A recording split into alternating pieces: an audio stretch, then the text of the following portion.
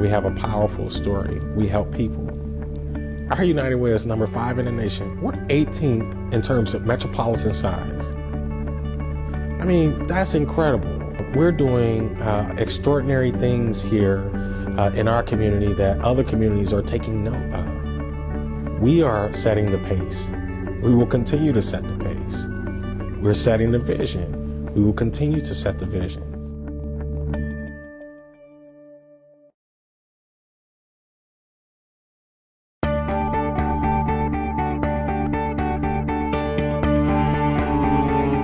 Having studied theology, having studied business, having studied social work, at the core of each one of those disciplines is relationship. I really just use that knowledge to help United Way build better relationships. We're number 1 when it comes to African American philanthropy in the nation, and we're getting stronger. And we're number 5 when it comes to women's philanthropy, and we're getting stronger. So the one thing that I decided to do was to continue with our brand extension and really leverage the relationships that we had established through the African American Initiative and the Women's Initiative, and launch the Young Leaders Society. It was an untapped market. In our first year, we generated about $2.3 million. Our first year was last year. A part of our mission statement, a part of our values is to ensure that there's diverse people around the table. And so we launched a multicultural leadership society this year, which was phenomenal. We generated $750,000.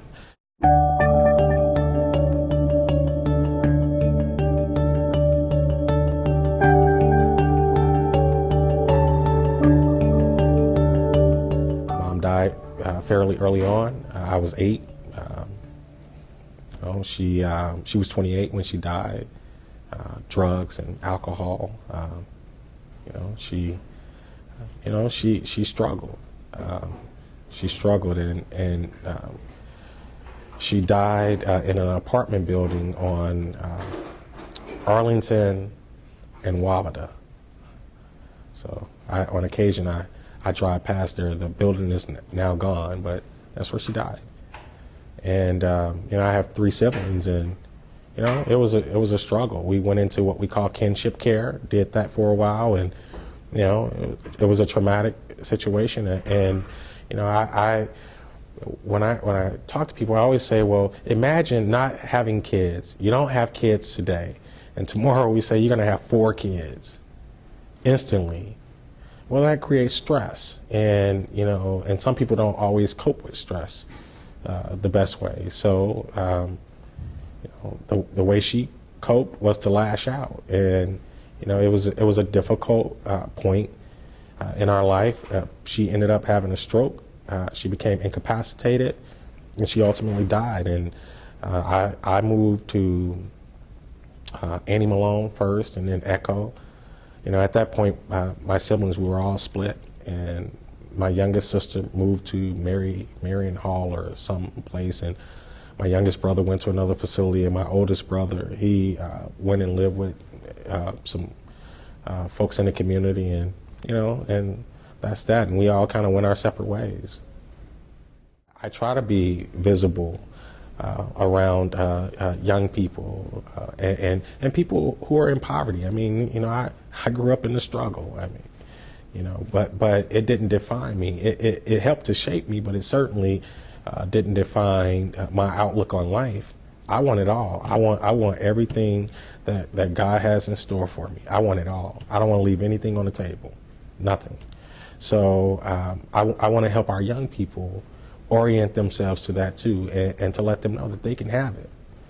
You're not defined by what your parents did. You're not defined by your community. You're not defined by your neighborhood, none of that. I moved back to the city, and I moved to North St. Louis. It was a choice. It was a choice to do that. You just want to be light. And I know that there are so many people in our community who have been that for me. They've been light. And when I didn't think I could, they said, you can. And after a while, when you say it's so, when it ain't so, it will be so. I mean, it's a practice thing. I can be successful. I can do it. We have a powerful story. We help people. It's rare that you get someone like me coming back and going to my caseworker at a United Way member agency, Eddie Malone, and many of them are still there. I mean, people are looking like, whoa, I mean, we don't get this. And the truth is, so many of our young people don't get to sit in this chair. We want to change that. Imagine a world where your parents weren't there to help you, to nurture you. It would be extraordinarily tough. They've endured trauma and abuse, and what I say to them is, there's nothing that you've gone through that I haven't seen. There's nothing. Not to minimize it, but there's nothing that you've gone through that I haven't seen. So you can't use that as an excuse with me. And oftentimes they use as an excuse, as a crutch, their condition. You got to get beyond that. It's about you. There is a certain point in your life where you have to take control and say, I'm going to make it. I know what the statistics say. I know what the government says. I know what the people in the community think about me. But in spite of that, I'm going to make it. So that's why we're here. I want to shed light on our most disadvantaged kids. These are state's kids.